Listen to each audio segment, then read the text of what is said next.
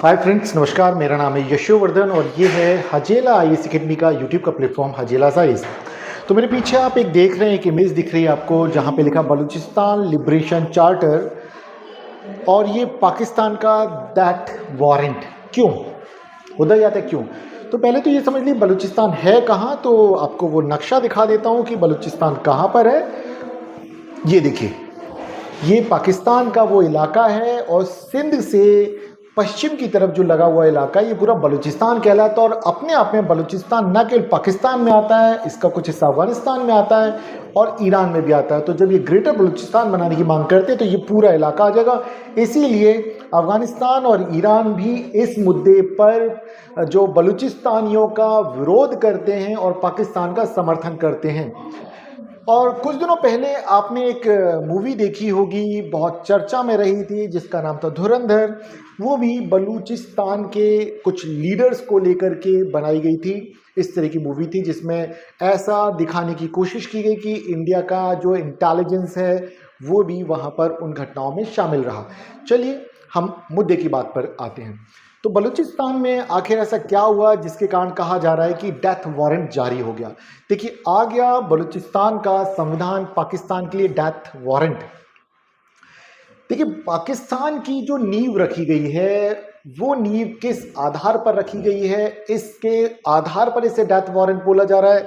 इसके अलावा बलूचिस्तान तो पाकिस्तान का हिस्सा बनना ही नहीं चाह रहा था, लेकिन मोहम्मद अली जिन्ना ने और उस वक्त के लीडरान ने जिस तरह से वादे किए थे बलूचिस्तान के लोगों के ऊपर, मतलब टोटल पाकिस्तान का अगर देखा जाए तो लगभग ये 40% भूभाग होता है, जो कि बहुत ही ज़्यादा मिनरल से संपन्न है। लेकिन अर्थव्यवस्था के मामले में अगर देखें कि कितनी डेवलप है इकोनॉमी, तो इकोनॉमी यहाँ की बिल्कुल डेवलप नहीं है। इनके जो रिसोर्सेज का इस्तेमाल किया जाए तो पाकिस्तान के विकास के लिए तो किया जा रहा है, लेकिन बलूचियों को उसका जो सही बेनिफिट मिलना चाहिए था वो नहीं मिला। तो हम इन्हीं मुद्दों पर बातचीत करेंगे और आखिर ऐसा क्या हो गया। तो ये देखना जरूरी है कि मीर यार बलोच हैं इनके नेता, इन्होंने दिखाया कि बलूचिस्तान लिबरेशन चार्टर, मतलब बलूचिस्तान का एक अंतरिम संविधान अब अस्तित्व में आ गया है।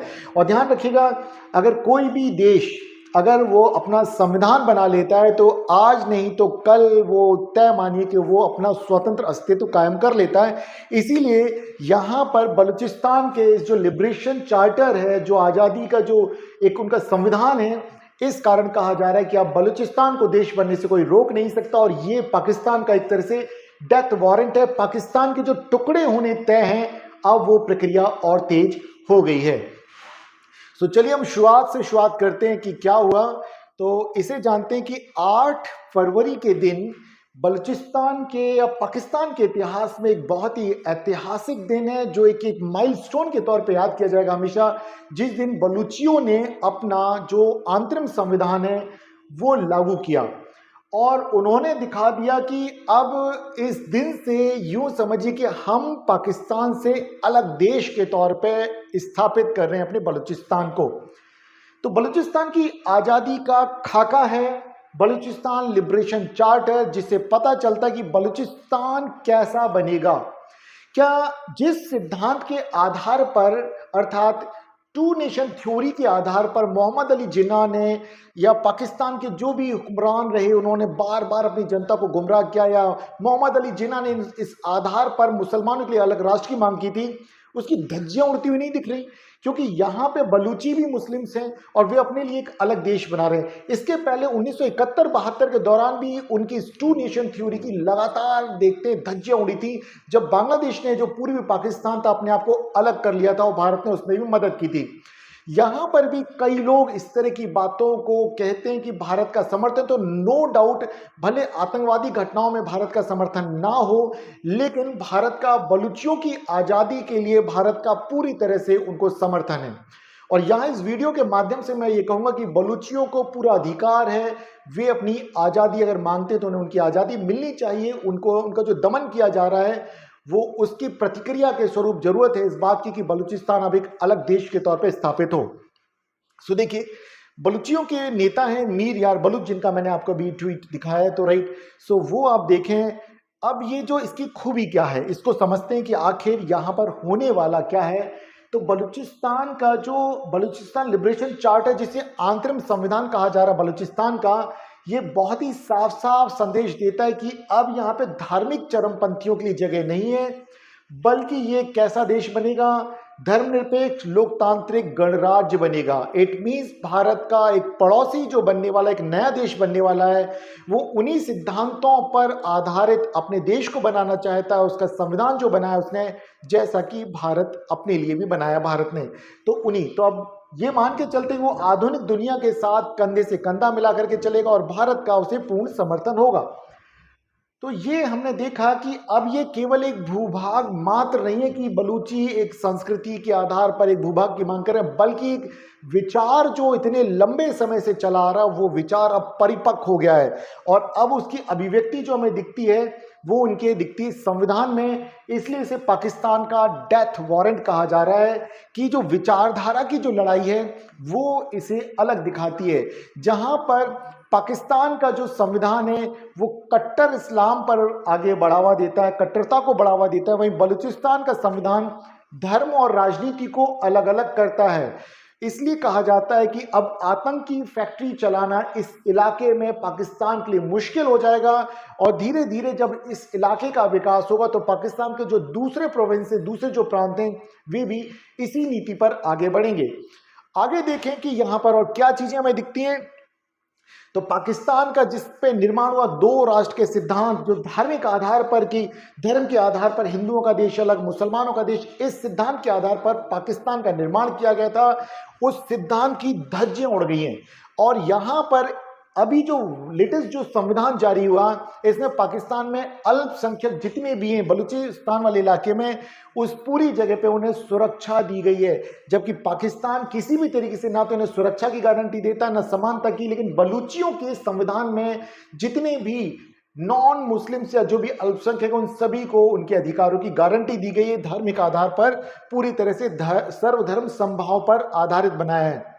इसके अलावा एक बड़ी चीज देखी जाए कि अब इस बात को वैश्विक स्तर पर भी स्वीकार्यता मिल रही है और ये ऐसे दिखता है कि उन्होंने सिर्फ अपनी भाषा में नहीं बल्कि दुनिया की अन्य 11 प्रमुख भाषाओं में अपने संविधान का ट्रांसलेशन किया है, ताकि दुनिया भर में फैले हुए जो बलूची हैं वे उसे समझे, दुनिया के अन्य देश समझे।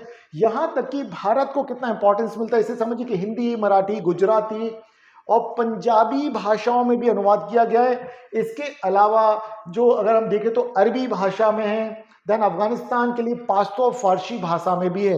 इसका सीधा सीधा एक मतलब है कि अब इनकी वैश्विक पहुंच होगी, वैश्विक मंचों पर ये अपनी बात को बेहतर तरीके से रख पाएंगे। तो वो दिन दूर नहीं जब पाकिस्तान के टुकड़े होंगे और बलूचिस्तान एक स्वतंत्र रिपब्लिक के तौर पर बलूचिस्तान उभर के जिस तरह से आ रहा है तो राइट होगा। लेकिन पाकिस्तान के लिए इसमें कोई शक नहीं कि अंतर्राष्ट्रीय मंचों पर एक बहुत बड़ी बेइज्जती है अगर वो अपने तरीके से, जिस तरीके से अब तक वो कर रहा है कि इनके सारे संसाधनों का तो उपयोग करता है लेकिन इनको उसका लाभ नहीं देता, अब उसके लिए वो मुश्किल हो जाएगा।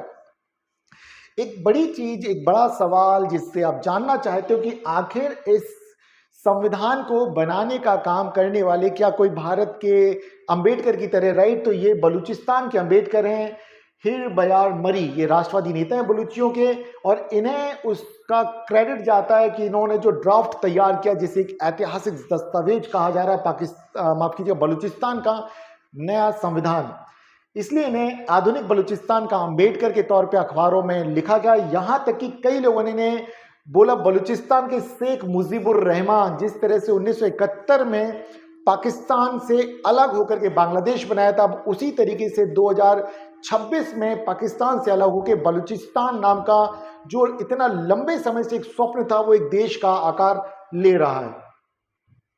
यहां पर हमें कुछ बातों को और चर्चा करना जरूरी है। तो देखिए वो है कि पाकिस्तान अब खुद स्वीकार कर रहा है।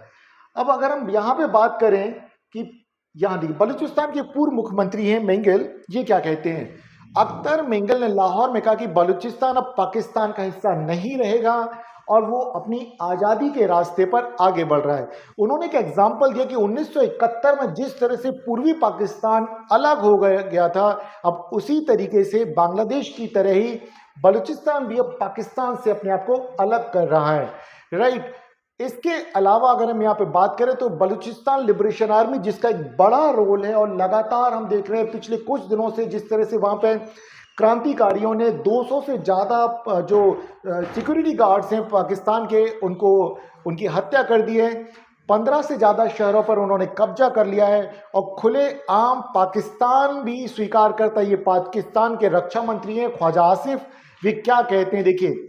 उन्होंने नेशनल असेंबली में इस बात को स्वीकार किया है कि पाकिस्तानी सेना बलूच लड़ाकों का सामना करने में असमर्थ है, सक्षम नहीं है।